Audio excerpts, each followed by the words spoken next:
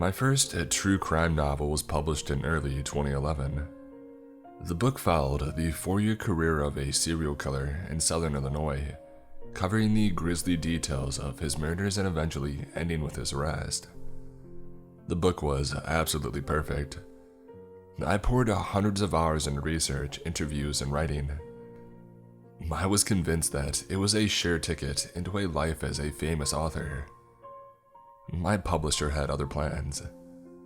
They claimed that money was far too tight and that they had to cancel my marketing campaign. It was just a coincidence that they abandoned me just as they pushed hundreds of thousands of dollars in resources towards another author. So of course, my novel failed. Of course, no one bought it. And if there's one thing publishers avoid more than unpublished amateurs, it's authors with a single failed book. I've spent the last few years trying to cobble something together that might convince them to give me another chance. When I heard about a string of murders in my town, it seemed like the perfect opportunity for a comeback. I poured myself another glass of whiskey by the light of my computer monitor. My ice cube had melted 3 glasses back, but no matter. I couldn't slow my research into the killer's background, his victims, his method of murder, all of it. I took a sip as I reread another police report. The killer had used a fire axe to commit the crimes. Very gory, that was good. Gory murders always sell better than boring, firearm-related crimes. Even better was the fact that he had killed families instead of single people. That was yet another angle I could exploit. I clicked on a news clip from the night that he had been arrested. The best part of this case was the fact that the lunatic had turned himself in. I drained the rest of my glass, already planning what I would write about that. Family serial killer with a conscience. I made a list of names to contact the next day. The police raid on the killer's apartment had been highly publicized, so I knew exactly where he lived. I looked up the landlord who owned the apartment complex and wrote his number down on a little notebook that I carry around with me. A few well-placed lies might get me a tour of the killer's private quarters. I woke up the next morning with a splitting headache and nausea, but I didn't let that slow me down. I rolled over, took a shower, and went out to meet with the landlord of the apartment. He was a tall, portly man in his late 40s. He seemed friendly, and more than a little stupid. He unlocked the door for me and showed me a few of the rooms. The apartment had been almost completely cleared out by someone. I guessed first the police and then movers. I nodded along as the landlord continued the tour of the apartment, showing me the kitchen and then the master bedroom. I knew the killer had a habit of hiding bodies inside crawl spaces for my research, and I was on the lookout for them. I noticed a vent in the corner of the master bedroom that looked to be pressure fit into the wall. Seems like a great place, just the kind of thing I've been looking for, I said, wiping away the post-drinking sweats that were growing on my forehead. You mind if I use the bathroom before we finish here? The landlord pointed to the master bathroom. Be my guest. I purposefully spent a long time in there, hoping he would leave the bedroom. I was rewarded when he called out. Hey, I'll be in my car downstairs when you're finished. I left the bathroom and crept up to the vent. I pulled hard on the metal and was rewarded as it slid smoothly from the wall. Inside was a space about 2 feet wide and 1 foot tall. It extended back into the darkness for several feet at least. And there, lying in the dust of the metal floor, was a leather-bound notebook. I grabbed it from the ground, hardly believing my luck. It was thick and well used, but I stuffed it inside my shirt for the time being. Replacing the metal grate was harder than pulling it off, but I managed it without making too much noise. I returned to the landlord outside, turning to look up at the small apartment. I'm going to be honest with you, I said. How's that? He asked, confused. I'm Jim Sullivan, a true crime novelist, I said. I'm here to find out if there's anything interesting left about your most recently departed tenant. The landlord's face clouded over with anger. So, this was a waste of my time then. I was wondering if you had any information about... Not for liars. Get off my property. I never want to see you here again. I thanked him and I returned to my car, my mind already on nothing but the thick leather booklet inside my shirt. I rushed home, guarding the notebook like a goose with a golden egg. I prepared my desk with a spiral-bound notebook and a blue pen ready by my right hand. And then, trembling, I opened the notebook. It was far better and far worse than I could have ever imagined. The killer had written his planning of the murders in excruciating detail.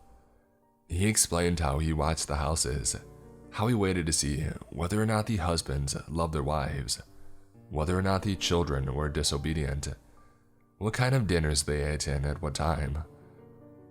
He must have stalked them for days beforehand. But the details in the planning were nothing to the details in describing the murders themselves. I had to pause halfway through reading one account. He kept describing the look on the father's face as his wife died. I poured myself a tall drink, drained it, and then poured myself another. The killer languished in the description of the cries, their last dying moments, their pitiful supplication for mercy. I finished the bottle before I finished the notebook. After his account of the fourth family murder, the pages of the book finally, mercifully, went blank. When he finished describing the desecration of the last corpse, I closed the book with trembling fingers. My head throbbed with alcohol and the horrible images racing through my mind, but I couldn't help but hold my hands to my mouth in joy. What a find! What a treasure trove of information! 100 years of interviews couldn't give me what this one book had just dropped into my lap. I was going to be famous again. I laughed out loud to the empty room, picked up the already empty bottle of whiskey to my lips, and licked at the last drops before walking to my bedroom. I woke up late the next afternoon feeling woozy. I felt something worse than a hangover. I must have drunk more than I'd been planning to. But could anyone really blame me? Reading those horrible things that I had read.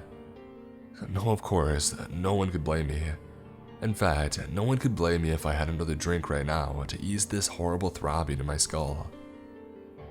I got to my feet and walked to the kitchen. I cracked open a beer before walking back to my desk. The notebook caught my eye as I passed. It was different somehow. Thicker. I picked it up and realized that my blue pen had been lodged inside of the leather-bound notebook. I opened it up and saw a brand new entry that hadn't been there the night before. I sat down at the desk, trying to make sense of this new entry, written in a different handwriting from the others.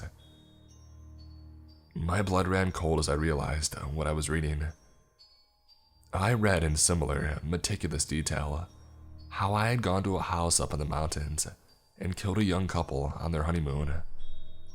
I read about how I had killed the husband and that I had taken the wife's body back with me. I immediately jumped to my feet and ran to my computer, Googling the address furiously. Had I written this in some kind of murder and alcohol-induced sleepwalking? The address was real. It was a house just a half hour away. And there were no news articles about any murders in the area. My breathing continued to quicken as I stared at the house. The descriptions from the notebook matched it perfectly. It wasn't necessarily my handwriting, but there's no doubt it was different from the other entries, and it had been written with my pen. I googled the nearest payphone, marked a location, and drove there. I dialed 911 with a gloved hand. 911, what's your emergency? A voice on the other end asked, "Can you send someone over to a house for me? I'm concerned that something bad may have happened." Sir, what do you... I cut her off, instead passing the address. "Did you get that?" I asked. She said again. I read the address again and then hung up. I drove back to my house, thinking hard the entire way. God, I needed a drink. My garage door opened up and I drove inside. It was only then that I noticed the axe on the ground. I closed the garage door and I rounded my car. An unfamiliar axe lay on the ground beside the door to my house. I knelt down and picked it up to inspect it. The metal head was crusted with a layer of blood and hair. I stumbled back, holding my hand to my mouth. When no monster leapt from the darkness, I dropped the axe to the floor and walked inside to open another bottle. I spent the next hour constantly refreshing the news and praying for what must have been the first time in years. "Please," I begged. "Please let this be some big misunderstanding. Please." It only took 3 hours before the double homicide was front page news. I was already in an alcohol-fueled haze at that point. Every single detail was correct. Husband dead, wife missing. I realized then that I hadn't looked around my house.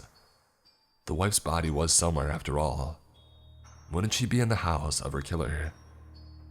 The notebook had been silent on her final location. I spent the next hour looking through my house for places where I may have stashed her body, but I came up short. A strange, bizarre revulsion to the notebook came over me. It had caused this. I wasn't sure how, but I knew that if I had never picked it up, I wouldn't have had that axe in my garage nor a conscience so weighted down by. No, that wasn't possible. I had to get rid of it. I briefly considered burning the notebook, but I rejected the idea. No, something told me that the book belonged back in the apartment where I had found it. I drank a shot of espresso to sober up, and then started walking. The apartment was just a few blocks away, and I figured I'd already killed enough people for one day. The night was cold, but I barely felt the chill through the haze of guilt, confusion, and fear. I reached the killer's apartment 20 minutes later. One of the windows on the ground floor was unlocked, which allowed me to slide inside.